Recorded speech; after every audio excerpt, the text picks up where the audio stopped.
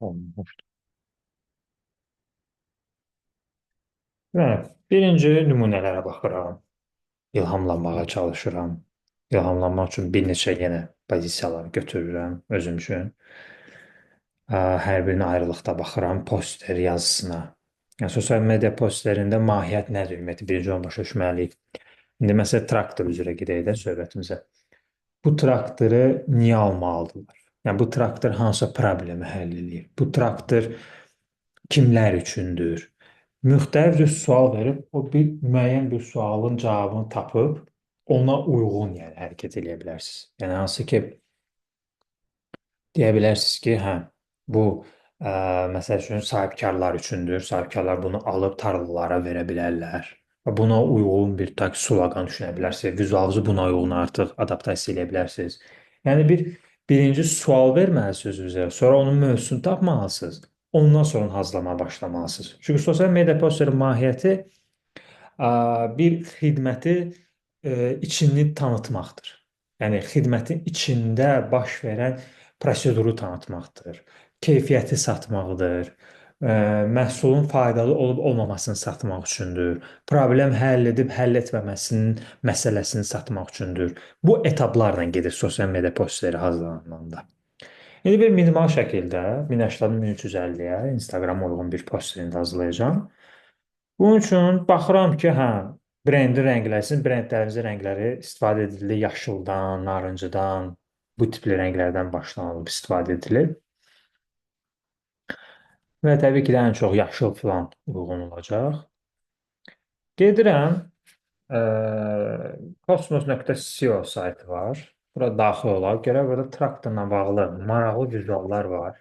Maraqlı vizual axtarmağa çalışırıq. Baxırıq və burada maraqlı fərqli bir vizuallar var, məsəl üçün. Və yaxud da belə templi traktorlar var. Buradan baxaq ilhamlar. Burada daha çox məsələn modern şəkildə də Azərbaycan sayığı uyğun deyil də, amma bizə Azərbaycan sayığı uyğun lazımdır.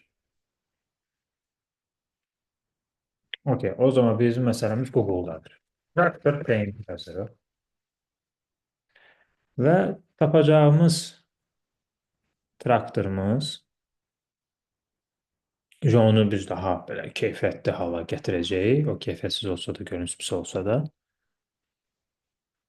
Sizin pozisiyanıza uyğun işləyirəm də, yəni sizdə traktoru götürüb onu tanıtmaqdır da, ona görə ona uyğun işləməyə çalışıram indi. Yoxsa tamam başqa cür bir şey eləmək olar. Məsəl üçün, bu qəşəng atmosfərdədir, maraqlı bir video var. Bunu yükləyirəm PNG şəklində. Bir də kəsməyə vaxt itirməyək deyə. Kəsim işlərini keçən səfər keçdim sizə. Bir də ki, Gmail-dan yenidən keçək.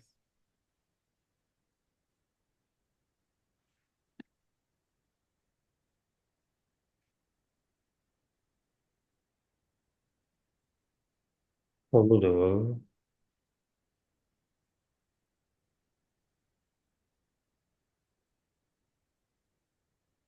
Pullu olmamalıyıq.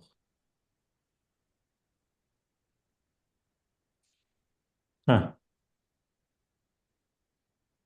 gözləyirik yüklənsin.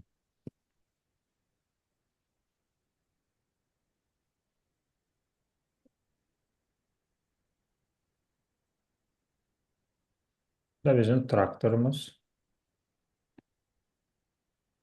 hazır şəkildə. Birinci məhsullarımızı yığırıq da.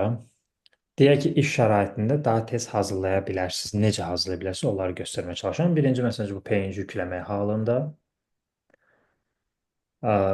Digər məsələdə gedib mənzərə tapırıq. Traktora uyğun mənzərələr hansılardır, onlara baxırıq. Tarla filandır da daha çox belə bir pozisiyalardır.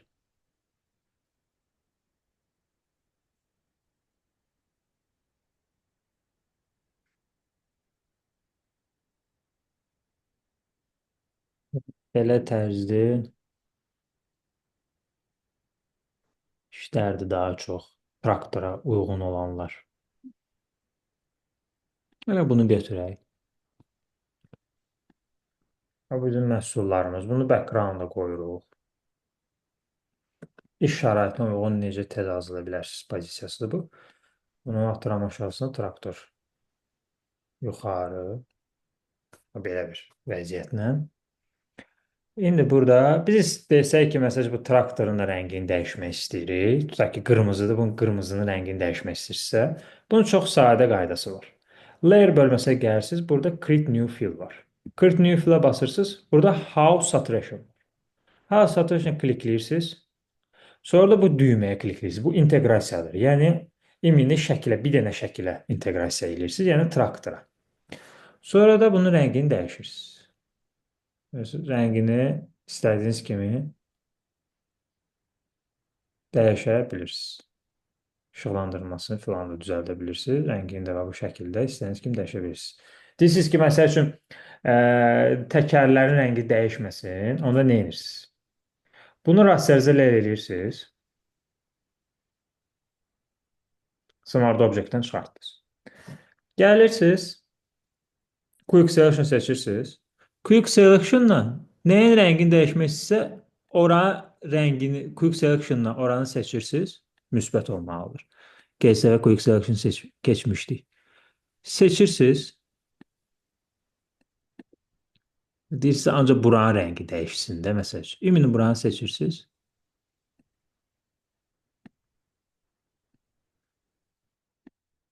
Buraları da seçdik. Məsəl üçün. Ondan sonra gəlirsiniz House Saturation seçib inteqrasiya edirsiniz və ümumi fikir verin, təkərlər artıq dəyişmir. Görürsünüz? Ancaq seçdiyiniz yerin rəngi dəyişmiş olur. Bu şəkildə də traktorların rəngini dəyişə bilərsiniz. İndi iki dənə peyncim var. İki dənə şəkildən istifadə elədim. Bu indi internetdən götürmüşəm. Quru şəkildə qalıblar. Bunları biraz canlandırmalıyıq. Birinci traktor seçib gəlirik Create New Field və buradan da Curve seçirik. İnteqrasiya edirik traktora və Curve-nə bunu işıqlandırırıq. İştah artırıcı bir traktora çeviririk. Gözünü açıb bağlayırıq. İnternetdən götürdüyümüz özümüzün elədiyi. Daha işıqlı, daha atmosferik filan. Sonra background-umuzu seçirik. Bunu da Curves yenə inteqrasiya edirik ki, ancaq background-a təsir etsin və background-umuzu işıqlandırırıq. Bu şəkildə gözünü açıb bağlayırıq. Görürsünüz, artıq belə canlanma baş verdi. İstəsək buna House Saturation da verə bilərik, rəngini dəyişmək filan, amma buna ehtiyacımız yoxdur. Brightness kontrast veririk, inteqrasiya və arxa planın kontrastını oynadıb, onu daha da canlı hala gətiririk. Traktora da brightness kontrast veririk. Bu iki dənə element bəsələmiş olur.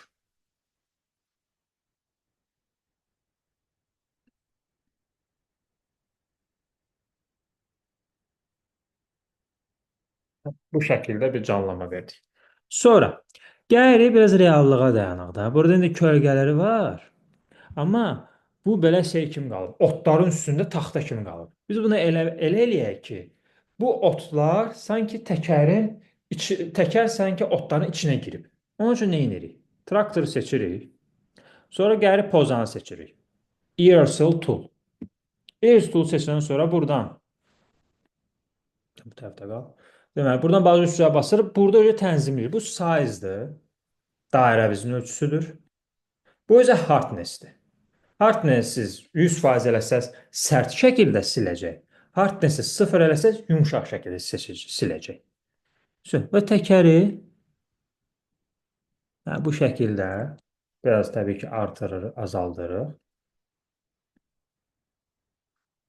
Sanki təkər girib otun içinə görürsünüz. Maraqlı bir atmosferik, real bir situasiya yaradırıq. Var buradakı kimi.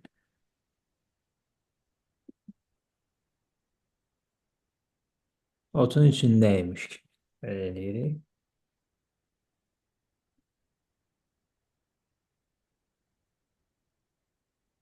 Evet, sanki otun içinə girib. Hər tərəfdə. Yoxsa belə stiker kimi qalırdı da. Ha, belə xırdaxlar. Havada. Necə? Havada qalırdı deyə bilirsin. Eşitmədim. Elimiz havada qalırdı. Aysa. Amma indi baxın, biz bunu backgroundla otuzdurmuş olduq. Tam şəkildə. Gördünüz? Bunun üstündə çox oynamaq var. Sadəcə üsulu sizə göstərdim. Yetərlidir, yəni harısı yetərlidir bu. Çox da. Gördünüz? Bir ayrı bir pozisiyada deyirlər. Məsələn, historiya gələk. Windowsdan history tapırıq. Yəni əvvəl necə idi, indi necədir? Historiyada belə dala qayıdırıq. Məsələn, bura qayıdırıq. Əvvəl belə idi, indi isə belədir. Görürsüz? Bir poster abalası və realistik bir situasiya artıq dayanmış olur. Deyək ki, və bu şəkildə vizualımızı yaratdıq. İndi istəyirik biraz ki, işıqlar, zatlar, məsəl üçün yansıdaq da, buradan belə işıq yansısın, buradan belə işıq yansısın. Poster abalası, manipulation bir aba-hava istəyirik yaradaq. Seçirik ən yuxarı layeri, plus layer eləyirik, əlavə layer. Sonra gəlib brush-ı seçirik. Brush tool. Brush tool seçəndən sonra gəlirik brush-dan General Brush Soft Round seçirik. Size-ı artırırıq. Böyle böyük olacaq şəkildə, işıq böyük yansıyacaq şəkildə. Hardness sıfırda qalır ki, yumuşaq olsun. Və deyək ki, buradan belə bir buradan rəngini dəyişirik. Deyək ki, qırmızı işıq. Tamam, buradan belə atırıq bura, qırmızı düşdü. Düzdür? Az oldu. Belə qırmızı düşdü. Və bu plus layerin içərisindədir. Bu layeri seçirik və burada normal var. Bu normallarda başlayırıq bunlarla oynamağa. Darken, multiply, color burn, liner burn, lighting, bax məsəl üçün, işıqlı. Ən yaxşısı lightingdir burada. Görürsünüz necə bir işıq yansıması var. Burada özdə biz məhsulumuzun necə bir qırmızı rəngi nə qədər iştah artıcı, nə qədər belə keyfiyyətli rəng olduğunu bildirməyə çalışırıq. Burada başqalarını da oynada bilərik. Screen var, Color Dodge var, Liner Dodge var. Bunlar bir-birlə şəkildən şəklə dəyişir. Hər dəfə məsəl üçün eyni effekt rol oynar. Bunlar hamısı effektlərdir yəni. Layerlə layer arasında effektlər. Burada ən yaxşısı lighting oldu. Lightingimizi qoyduq bura. İstəyirik məsəl üçün burada da yansısın. Buradan deyək ki, ağ yansısın. Bunu da plus layer eləyirik. Həmişə bunlar plus layerlə işləməlidir. Buradan da belə ağ. Burada da bunu lighting. Bax, burada görürsünüz, lighting yaxşı deyil. Axtarmalı yaxşı olanı. Overlay çox ağardır.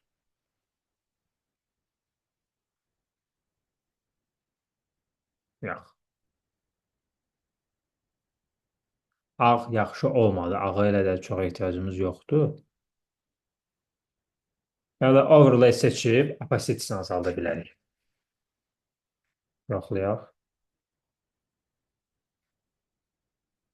Okay. Hardasa maraqlı bir atmosferik yarandı. Bu şəkildə biz vizualımıza biraz rəngimizi qatdıq. Aba-havanı qatdıq. Və ondan sonra biz indi keçid edirik font dizaynımıza. Sonra axırda yenə də baxa bilərik müəyyən bir detallara. İndi keçirik font dizaynımıza və yaxud da siz birinci nömrələrə keçək. Bu nömrələr məsələsini altda qoyursunuz da. Sizin sistemə uyğun işləməyə çalışıram. Alta qoyursunuz. Bunu deyək ki, bura altlara yerləşdirmək istəyirsiniz.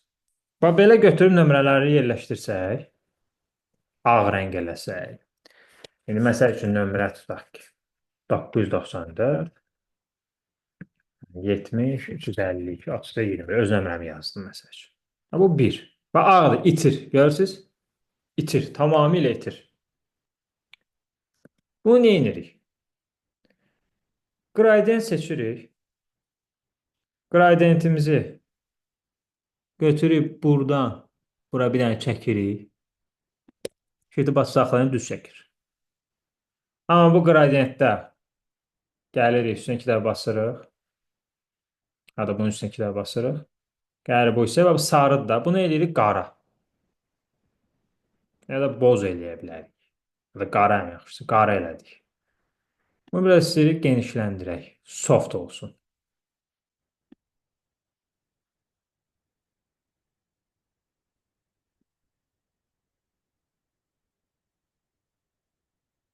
Məsələn. Bu qradiyenti okey eləyirik. Bu qradiyenti atırıq yazının arxasına. Gördünüz? Yazı rahat şəkildə görsənmiş olur. Yəni qradiyentləri belə bir şəkildə verə bilərsiniz. İstəsə bu opasitesi azalda da bilərik. Məsəl üçün, belə yumşaq. Nömrə də rahat görsənir, oxunur, hər şey rahat oxunmuş olacaq. Burada gətirib loqomuzu qoya bilərsiniz. Fikirləşin ki, bu loqodur. Bu fikirləşin loqodur, fiqur. Burada amma paralelliyə diqqət edirsiniz. Bunun üçün Ctrl-R eləyirsiniz, şkala çıxardırsınız, şkala ilə işləyirsiniz. O vizit kartda keçmişdi ya. Dörd tərəfdən eyni olmalıdır məsafələr, rahat məsafələr olmalıdır. Loqonuzu, yazılarınızı eyni məsafələrdə qoyursunuz. Yəni buradakı məsafə ilə buradakı məsafə eyni olmalıdır, buradakı məsafə eyni olmalıdır. Və o yazılarınızı, loqolarınızı paralel şəkildə qoymuş olursunuz ki, qırağa çıxmamış olsunlar və ekranın dibinə də yansımasın. Sonra da keçirək font dizaynımıza. Məsəl üçün yazıram. New Tractor özümdən yazıram, değil mi? Və new-nu yazıram. Sözləri ayrı-ayrı yazıram da. New yazdım. Burada nə yaxşı gedəcək? Qara. Bunu böyütdük. Qoydu bax bunun üstünə, şkalanın üstünə. Şkaladan qırağa çıxmıram. Bu mənim backgroundumun tənzimlənməsi üçündür və nəfəs alması üçündür. Yazdım new və traktor sözünü altdan yazıram. Məsəl üçün. Bunu da məsəl üçün font dizayn verirəm bu tipli Brush King. Bunun da rəngini götürəm buralardan, yaşıl. Bunu da götürəm, qoyuram bunun üstünə. Məsəl üçün. Bax, bunların ikisini seçib, ikisini bir yerdə böyüdə bilərəm. Və bu şəkildə bir font dizaynı vermiş ola bilərik. New sözü qara biraz yaxşı görsənmir. Bunu boz eləyirəm.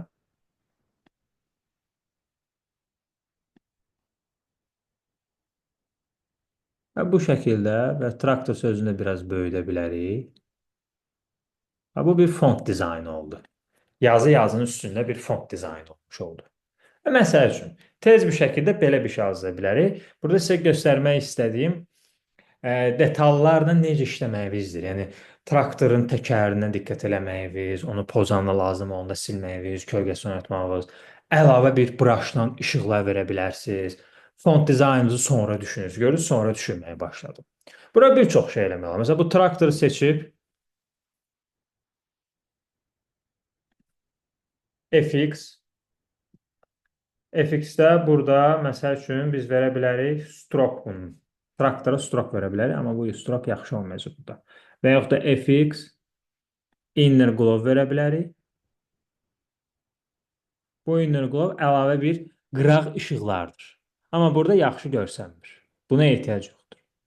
Bu ümumiyyətlə böyük bir dərsdir. Bunlar neonlar hazırlananda istifadə edir. Onu başlayacağım sizə. Sonra başqa məsəl üçün nə edə bilərik? Baxırıq traktorumuza.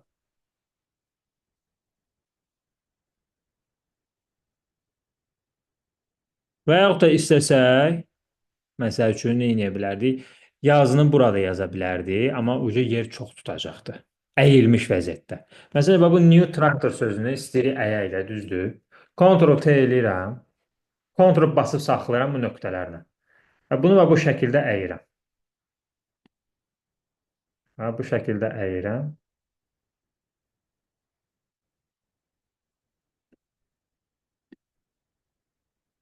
Məsəl üçün.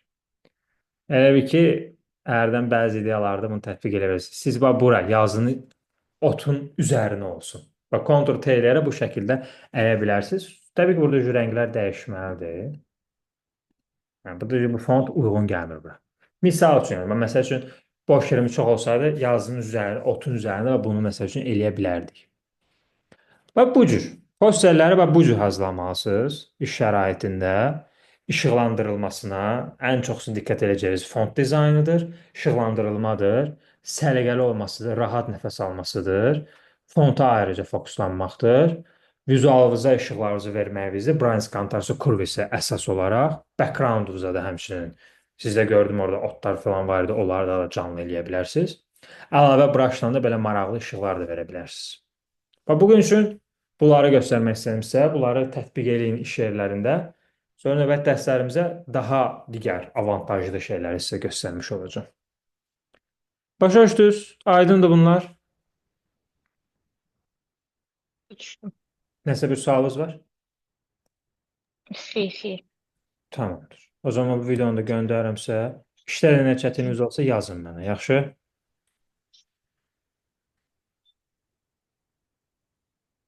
Deyəsən rahat danışa bilmirsiniz. Tamamdır. O zaman videonu atıram sizə. Vaxtında yükləyin zəhmət olmasa. Sağ olun. Sağ olun.